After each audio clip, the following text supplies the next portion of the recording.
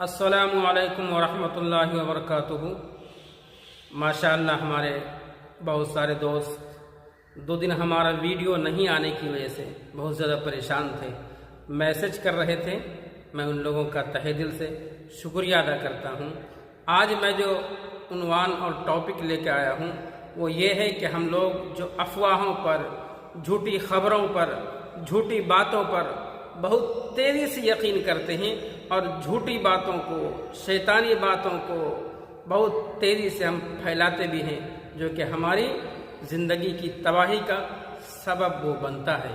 اس لیے قرآن دیکھیے کیا کہتا ہے، اعوذ باللہ من الشیطان الرجیم، بسم اللہ الرحمن الرحیم، ولا تقف ما ليس لك به علم ان السمع والبصر والفؤاد كل اولئك كان عنه مسؤولا۔ فرمایا اے انسان، اے لوگو، اس بات کی پیروی نہ کرو جس کا تجھے صحیح سے علم نہیں ہے۔ بے شک کان اور آنکھ اور دل، ان میں سے ہر چیز سے اللہ تعالیٰ باز پرس کرے گا۔ اللہ نے کان دیا، آنکھ دیا، ناک دیا، زبان دیا، دل دیا، ہاتھ دیا، پیر دیا، دینے کے بعد بتا بھی دیا۔ یہ کان کو صحیح استعمال کرنا ہے، آنکھ کو صحیح استعمال کرنا ہے، ناک کو صحیح استعمال کرنا ہے، دل کو صحیح استعمال کرنا ہے۔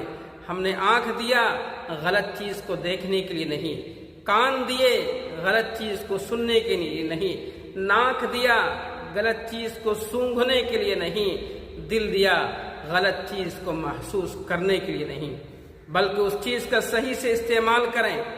ہر سنی ہوئی باتوں پہ یقین نہ کریں، بلکہ اس پہ سرچ کریں، صحیح معلومات حاصل کریں، اس کے بعد اس پہ یقین کریں، پھر ایک دوسروں کو فارورڈ کریں۔ آج ہوتا یہ ہے کہ غلط سی باتوں کو، شیطانی باتوں کو، لغویات کو، جس سے کہ شیطان خوش ہو، اللہ اس سے ناراض ہو، ایسی باتوں کو تو ہم فارورڈ کرنے میں، لائک اور شیئر کرنے میں بہت دلچسپی ہم لیتے ہیں، بلکہ ویسے ہمیں نہیں کرنا چاہیے۔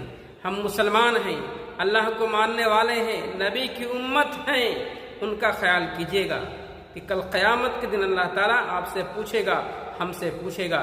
اس لیے صحیح میسج کو ایک دوسرے کو فارورڈ کریں، غلط میسج کو نہ آپ فارورڈ کریں، بلکہ کوئی اگر بھیجتا ہو تو آپ اس کو منع کریں۔